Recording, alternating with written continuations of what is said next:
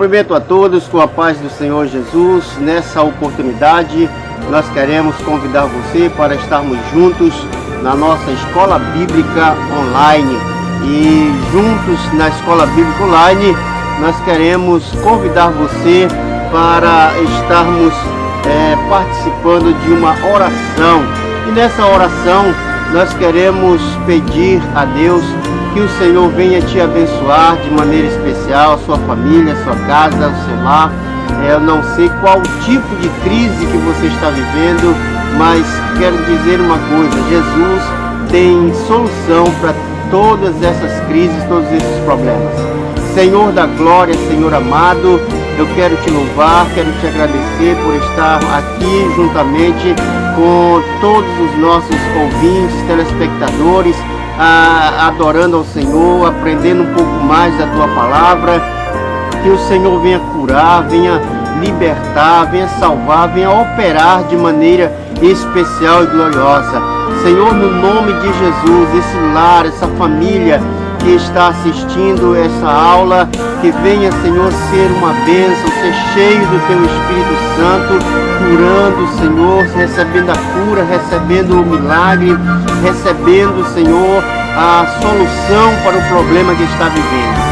Em nome de Jesus, nós te pedimos e te agradecemos. Também te peço sabedoria, graça, palavra no abrir da minha boca para falar a Tua palavra neste momento para todos os nossos amigos que estão, Senhor, assistindo esse vídeo. Em nome de Jesus.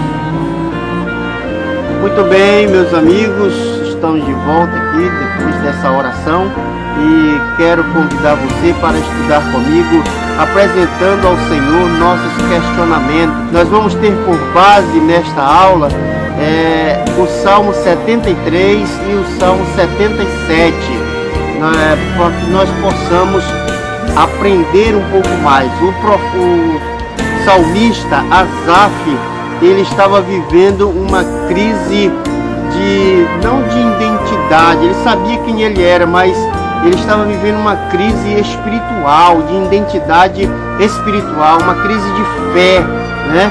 Ele estava vivendo uma crise de santidade. Ele não sabia, já estava confuso, né, na questão de se valia realmente a pena ele santificar a sua vida, se valia a pena ele se abster do pecado, e por isso ele estava vivendo essa crise. E quando chega a crise, irmãos, chega muitos questionamentos, chega muitas perguntas que a gente faz, e muitas delas não tem resposta imediata, ou pelo menos de imediata não tem, porque nós criamos em nossa mente, em nossa alma, criamos em nosso espírito aquela ilusão de que não vale a pena servir ao Senhor.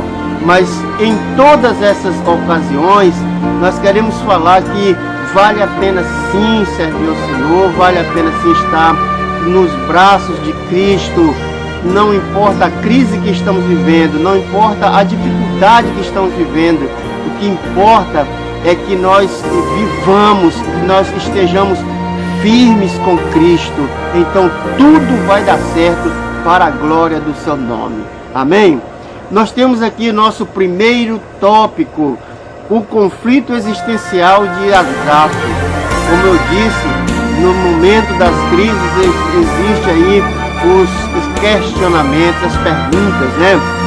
Asaf aqui no Salmo 73 registra pensamentos e questionamentos presentes na mente humana ao longo da sua existência, passando ali, Jó teve os seus questionamentos, Jeremias teve os seus questionamentos, né? E chegando até nós, hoje nós também temos os nossos questionamentos. Hoje, nos nossos dias, nós temos os nossos questionamentos, nossas perguntas, e muitas delas sem respostas. No tópico 1.1, nós temos a bondade de Deus. Olha, irmãos, a primeira reflexão realizada pelo salmista consiste na bondade de Deus para com Israel e os limpos de coração. Você lembra no Salmo 73 o que diz a palavra do Senhor? Salmo 73, versículo 1, eu vou ler aqui, nós temos a nossa lição, né? Salmo 73, versículo de número 1. Verdadeiramente bom é Deus para com Israel, para com os limpos de coração. Então, nesse versículo aí, nós já podemos observar que o salmista, mesmo em crise, ele leva uma palavra de conforto e de fé para cada um de nós. Ele diz: verdadeiramente bom é Deus. Louvado seja o nome do Senhor para sempre. Então, verdadeiramente bom é Deus. E ele coloca aqui no tópico 1.1 a bondade de Deus. Mesmo o salmista vivendo aquela crise, mesmo ele vivendo os questionamentos, as perguntas intermináveis, Deus estava se mostrando para ele como um Deus bondoso, não é?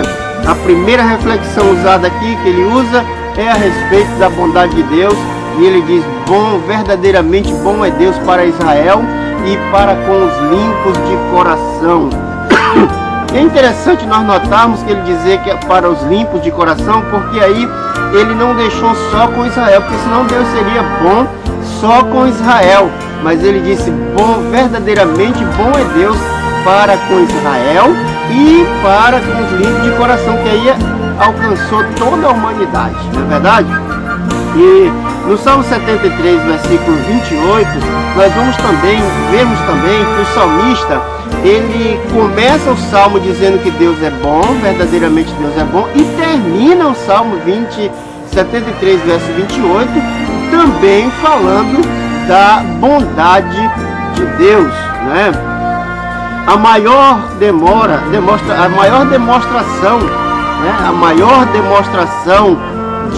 da bondade de Deus, irmão, foi o Senhor Deus ter enviado o seu Filho unigênito para morrer na cruz do Calvário por nós. Essa foi a maior de todas as demonstrações de bondade de Deus para com a humanidade.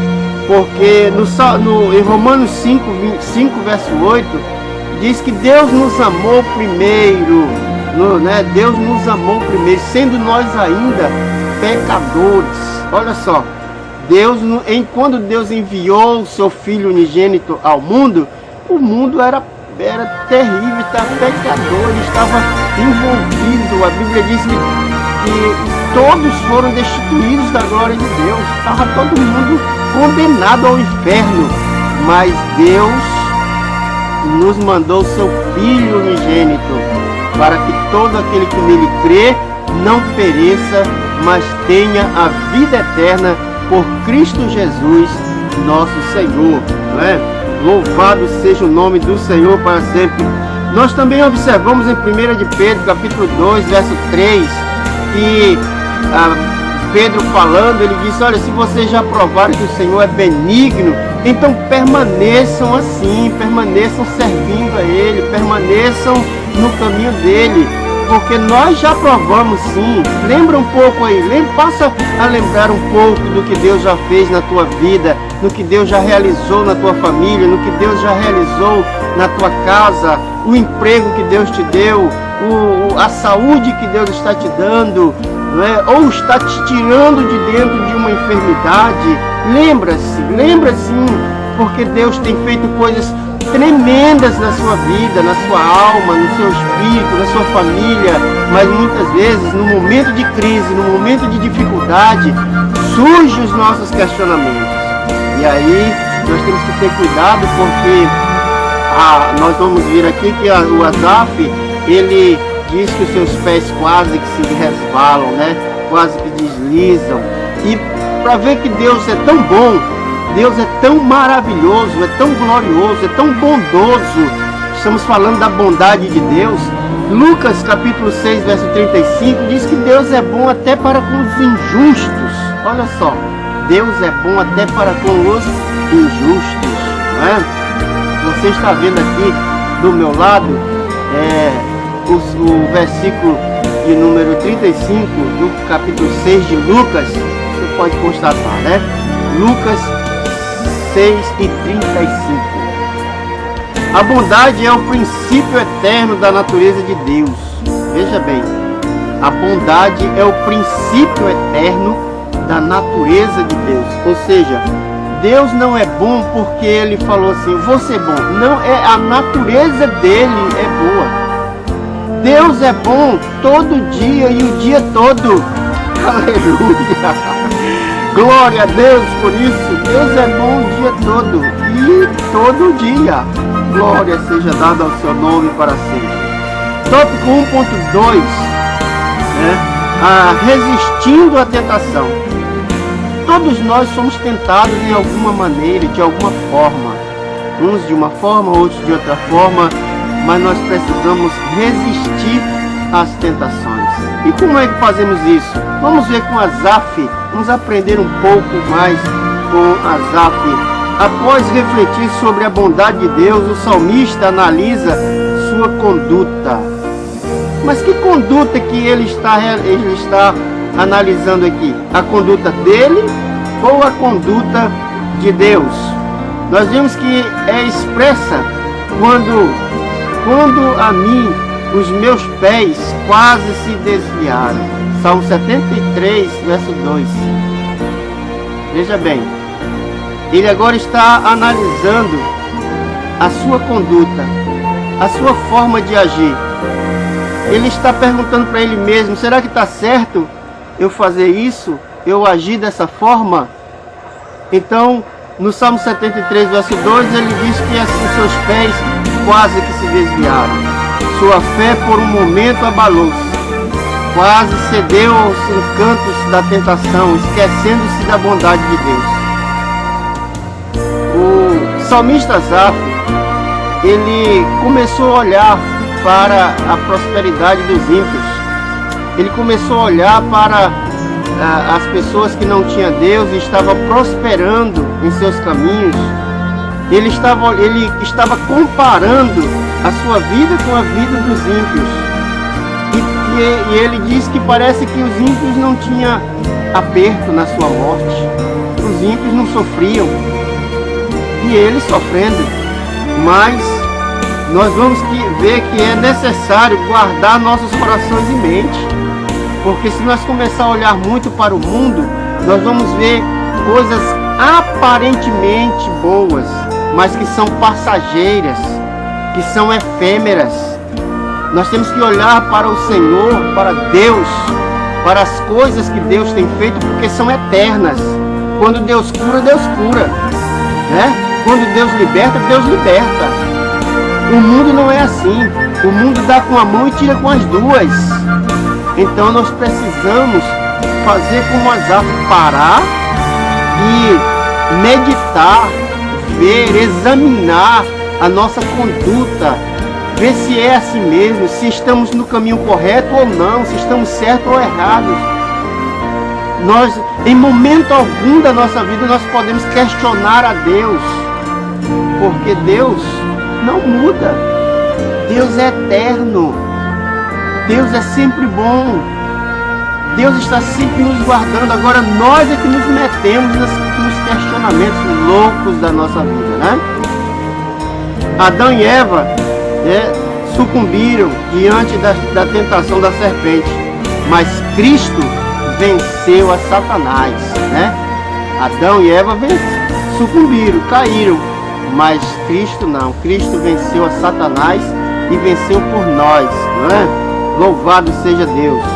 Quando os homens duvidam da justiça de Deus, a própria integridade deles começa a vacilar.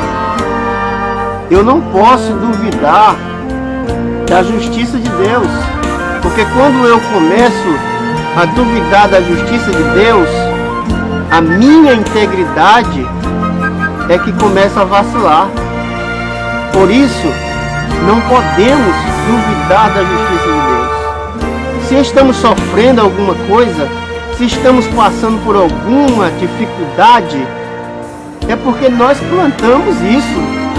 E se não plantamos, é porque Deus tem um plano especial para nós lá na frente. Precisamos segurar em Deus, firmar-se em Deus e servi-lo com fidelidade. E assim o Senhor nos abençoará de maneira especial e gloriosa. Aleluias. 1.3. A inveja. O salmista aqui, ele declara que foi tomado por inveja ao ver a prosperidade dos ímpios. 73, verso 3 dos Salmos. Salmo 73, verso 3. Ao analisar as circunstâncias que estavam diante dos seus olhos, sua fé foi abalada. Asaf olhou para os ornamentos externos. Asaf estava olhando para os ornamentos externos. Se fosse nos nossos dias, trazendo para os nossos dias agora, ele estava olhando para os ímpios andando nos seus carrões, vivendo em suas casas suntuosas, nas suas mansões,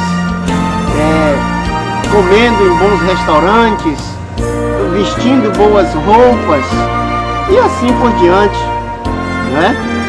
Então ele olhou para os ornamentos externos, mas ele não sabia o que estava aqui na mente dos ímpios, no coração dos ímpios, dentro, naquilo que agrada realmente a Deus, né? Eles não sabiam, ele não sabia o que estava realmente dentro do coração dos ímpios.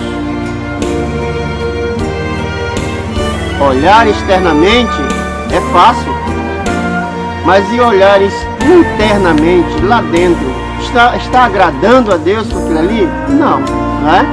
Então, ele olhando externamente, ele deixou nutrir no seu coração a inveja. Ele passou a ter inveja dos ímpios, a ter inveja daqueles que prosperavam em seus caminhos, né? A inveja pode levar à prática de diversas atrocidades. Provérbios capítulo 14, verso 30. Você está vendo aqui no telão ao lado, né? Provérbios 14, 30. Louvado seja o nome do Senhor para sempre. Esse terrível sentimento está presente no cotidiano da igreja. Desde a antiguidade, na igreja de Coríntio, havia sérios problemas dessa forma, dessa natureza, né? Decorrentes da inveja. A inveja é terrível, né? Você vai ver aqui no telão o significado da inveja. Então medite nisso. Ainda falando da inveja, tem pessoas que não conseguem viver direito porque vivem com inveja das outras pessoas, né? Não conseguem ter uma vida própria, vive à base da vida dos outros. Não podemos fazer isso. Tópico 2.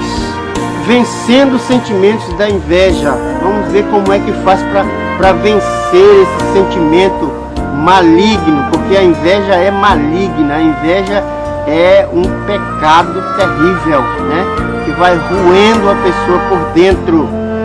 Ao presenciar a prosperidade dos ímpios, Asaf questiona o valor da santidade e da purificação. Salmo 73, 13. É o que eu estava dizendo lá no começo.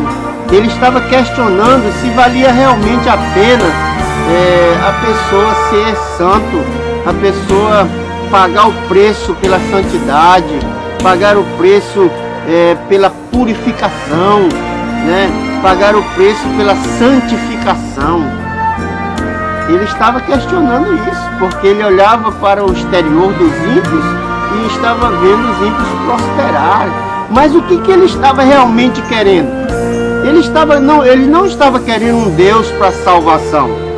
Ele estava querendo um Deus para suprir as suas necessidades físicas aqui no mundo.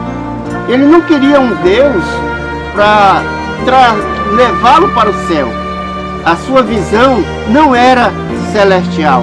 A sua visão era terrena. A sua visão era para ganhar as coisas aqui na terra. O invejoso é isso. O invejoso não almeja o céu, não.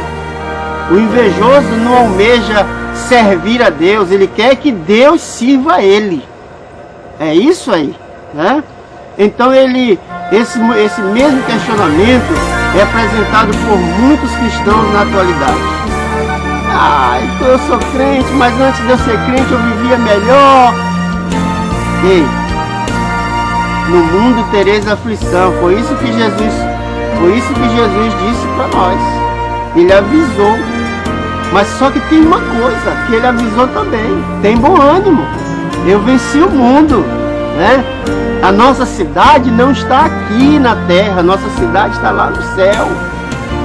E se você e eu quisermos viver uma vida de abundância espiritual, nós vamos passar por tribulação. O apóstolo Paulo, ele diz isso, que aquele que quiser servir ao Senhor piamente passará por mais tribulação, né? Piamente, se nós quisermos servir o Senhor. Só tem uma coisa, irmãos, que eu quero deixar para você nessa oportunidade. Se eu e você sofrermos por Cristo, viveremos eternamente com Ele lá na glória. Mas se nós quisermos ter uma vida de abundância aqui na terra, podemos ter também. Não é pecado e nem é errado o crente almejar ser rico, não. Só não podemos é ter inveja dos outros, dos ímpios, porque os ímpios não servem ao Senhor. Os ímpios não têm nada com Deus, não é? Por isso é que não podemos ter inveja deles. Asaf, percebendo a gravidade da sua conduta, enfrentou a inveja a fim de suplantá-la. Olha aí que maravilha. É isso aí. Primeira coisa para nós enfrentar a inveja: reconhecer que somos invejosos. Reconhecer para nós mesmos, não é reconhecer para o pastor, não é reconhecer para a igreja, reconhecer para nós mesmos. Eu sou invejoso. Aí quando eu reconheço que sou invejoso, aí eu começo a lutar contra ela. Porque quando ela chega, eu repreendo em nome de Jesus. Quando vem o sentimento, eu repreendo em nome de Jesus. Aí nós vamos vencendo. Se não for dessa forma, vai sucumbir, vai sofrer, não é? Amém? 2.1. Entrou no santuário. Enquanto ele estava lá fora, enquanto ele estava observando os ímpios, enquanto a sua visão era terrena, ele estava com inveja. Mas nós vamos ver agora que, primeiro, ele reconheceu que ele era invejoso. Segundo passo para vencer a inveja, ele entrou no santuário. Ele mudou a sua visão. A sua visão era terrena. Agora ele passa a ter uma visão espiritual, né? Ao observar as observações anteriores do salmista, lembra a postura dos que esperam de Deus somente benefícios nesta vida. Mas agora aprendemos aqui que Deus não deve ser tratado como um objeto, né? Como um objeto, ou como um amuleto, ou serviçal, né? Ou um cabide de emprego, ou um cabide de riqueza. Não, Deus não é isso. Ele mudou a sua visão quando ele reconheceu, ele mudou a sua visão, ele passou a entrar no templo, ele entrou no templo, né? E quando ele entrou no templo, Deus mostrou para ele o fim dos ímpios. Deus mostrou para ele o que realmente aconteceria com aqueles ímpios que estavam prosperando em seus caminhos tortuosos, enganando, roubando, né? Defraudando as pessoas. Deus mostrou para ele. Olha o fim deles aí, como é que vai ser, não é? E aí ele cai em si. Sim, eu não quero isso para mim não, né? Não quero isso para mim. Nós temos que ver, irmãos, que Deus é Deus. Ele é o eu sou. Aleluia, louvado seja. Ele é o eu sou, que não muda. Você pode confiar no Senhor, você pode crer em Deus, porque Ele não vai mudar. É claro que Deus é justiça, Ele vai exigir que nós sejamos santos. Ele vai exigir que nós andemos em santidade, em comunhão com Ele. Mas é natural, não é? Um Deus santo não vai querer servos que não são santos, não é verdade? Ele vai querer que nós nos adequemos à sua conduta de santidade. Tópico 2.2: permitiu ser restaurado por Deus. É interessante isso, né? Permitiu ser restaurado por Deus.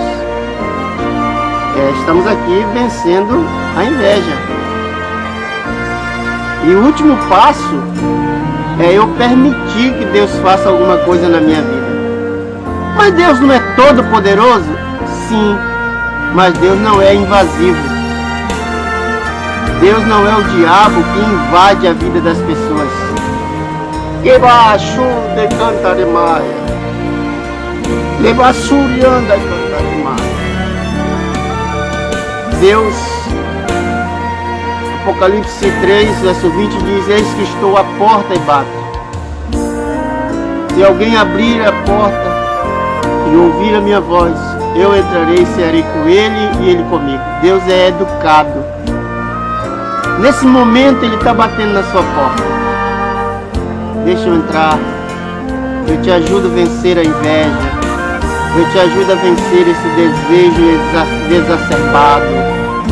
Eu te ajudo a vencer essa arrogância, esse mal que te maltrata, que não te deixa dormir. Aleluia! Eu sinto a presença de Deus. Legarabaxá! Neste momento aqui, nessa aula online, nessa escola bíblica online. E a minha oração é que o Senhor te cubra de milagres, de bênçãos, que a providência de Deus esteja na tua vida, na tua casa, na tua família. Glória a Deus. Vamos continuar. Ele permitiu que Deus fizesse. Muitas vezes as pessoas até precisam, mas não permite que Deus faça. Permitir é se render a Deus. Embaixo de Cantaremaia. Permitir é falar para Deus: eu quero que o Senhor faça, Senhor. Me ajuda. Faz na minha vida. Me muda, me transforma. Que Deus faz. Glória a Deus. 2.3: a prosperidade dos ímpios é temporária. Sabemos disso, né? Sabemos disso. E a providência a prosperidade dos ímpios é temporária. Somente após entrar no santuário é que Asaf percebeu que a prosperidade dos ímpios é temporária. Salmo 73, verso 18. Deus mostrou isso para ele. A prosperidade passageira dos ímpios. A Bíblia traz diversos relatos de pessoas que se sentiram poderosas, independentes de Deus, e caíram em ruínas, como por exemplo o rei Nabucodonosor, que foi comer capim porque não adorou a Deus, porque não glorificou a Deus pelo que tinha feito, sofreu, e tantos outros. O Salmo 77 relata diversos sintomas da angústia sofrida por Asaf. A inveja produziu nele angústias. Veja como vai crescendo, como vai aumentando essa questão. Um abismo chama o outro abismo, diz a Bíblia, né? Não querer ser consolado. O primeiro sintoma da angústia, da aflição. O primeiro sintoma da aflição. Não querer ser consolado. Ele não queria ser consolado. Quantas vezes temos visto isso? Perguntamos para as pessoas: vai tudo bem, está tudo bem, está tudo certo. Mas na verdade não está tudo certo. Nós precisamos conversar com alguém. Precisamos ter alguém para nós falar, colocar para fora. Segundo sintoma da aflição a ausência de palavras. As pessoas hoje vivem a depressão, vivem angústia, né? E a maioria das pessoas, quando está nessa situação, é se retrair, é o silêncio. Nós precisamos falar, tá? Precisamos falar com alguém. O apóstolo Pedro, capítulo 5, versículo 7, sua primeira carta, ele diz: lançando toda a vossa ansiedade aos pés do Senhor. Toda, lance toda, não fique com nada disso. Lance toda a sua ansiedade aos pés de Jesus. E Ele resolve. O terceiro sintoma da aflição: sentindo-se rejeitado por Deus. Esse é o terceiro sintoma da aflição. A pessoa se sente rejeitada por Deus. A pessoa acha que Deus o abandonou, que Deus o deixou, que Deus não cuida dele, que Deus não está nem aí para ele. Mas não é verdade. Não é verdade. Isso é mentira de Satanás. Isso é mentira do diabo. Isso é mentira do inferno. Jesus cuida de ti, sim. Jesus está sempre querendo zelar por você. Mas nós precisamos deixar Ele fazer isso, permitir que Ele faça isso. Então nós vimos aqui 3 sintomas da aflição. Primeiro sintoma, para recapitular, vai estar aqui no nosso telão, tá? Vai estar aqui no nosso telão, você vai guardar direitinho. Não querer ser consolado. Segundo, a ausência de palavras, a pessoa fica calada. Terceiro, sentindo-se rejeitado por Deus. E muitas vezes, irmãos, o que tem acontecido? As pessoas estão nessa situação, isso dentro da igreja, eu estou falando dentro da igreja. As pessoas estão nessa situação e muitas vezes nós julgamos essas pessoas como fracas. Em Hebreus capítulo 12, verso 12, diz o seguinte: levantando os vossos joelhos desconjuntados. Eu vou colocar o versículo na íntegra aqui para nós podermos ver. E muitas vezes nós queremos fazer isso com as pessoas. As pessoas já estão fracas, as pessoas estão precisando de ajuda e nós falamos para elas: levante o seu joelho desconjuntado. Vamos! Isso é fraqueza, isso é pecado escondido. Na verdade não é. Na verdade é aflição. Na verdade é momentos de questionamento, de perguntas intermináveis. Precisamos ter paciência uns com os outros e saber que nós também podemos passar por isso. Para finalizar, tópico 3.3, restabelecendo a fé. No versículo 10 percebemos uma mudança clara de direção. O salmista reconhece que a angústia que estava passando tratava-se de uma enfermidade e começa a lembrar e meditar nas obras do Altíssimo. Você sabe que tipo de enfermidade é essa? Depressão, angústia, é uma enfermidade da alma. E se eu e você não reconhecer que estamos enfermos, que a nossa alma está enferma, nós vamos perecer. Porque para ser curado, a primeira coisa é reconhecer que está enfermo, para tomar o remédio certo, para tomar o remédio correto, detectar a enfermidade. Se você anda triste demais, se você anda fechado nos cantos, se o teu desejo é só chorar, é morrer, é dizer que a morte está chegando, ei, procure um profissional, procure o seu pastor, procure a sua pastora, procure alguém que trabalha nessa área para cuidar disso, porque a sua alma está enferma. Quando o salmista, no Salmo 77, descobriu que era enfermidade na alma, ele se aproximou de Deus. Olha assim, ó, Salmo 77, verso 11 e 12. O salmista deixa de meditar nas suas tristezas e passa a meditar nas ações de Deus. O salmista passa a enxergar o que Deus já tinha feito. cada vez que eu e você focar na nossa tristeza, na nossa luta, na nossa batalha, nós vamos ter pena de nós mesmos e vamos nos afundar cada vez mais na enfermidade da alma, chamada aflição, né? Angústia, desespero. Procure ajuda.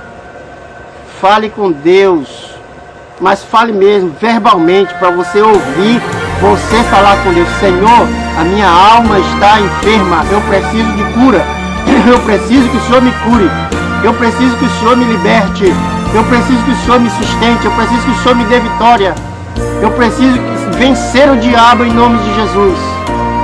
E Deus, o Senhor, fará isso por você. Amém? Para finalizarmos, enquanto os seus questionamentos giraram em torno de si, a angústia aprofundou-se. A partir do momento que passou a olhar para os feitos do Senhor, a fé foi restabelecida.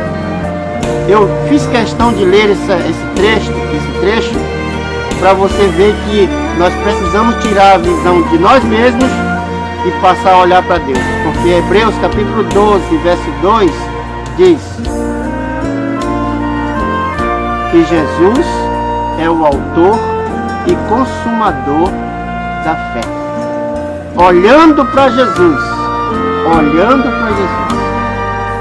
que é o autor e consumador da fé. Que o Senhor Deus te abençoe e te guarde, te ajude de maneira especial e gloriosa nessa oportunidade. Estudamos a nossa lição apresentando ao Senhor nossos questionamentos. Que o Senhor Deus te abençoe. Na próxima lição de número 9, estaremos estudando um chamado à adoração e um alerta. Tá? O Senhor Deus te dê graça, te ajude, nos dê vitória, em nome de Jesus. Até a próxima aula, no nome de Jesus.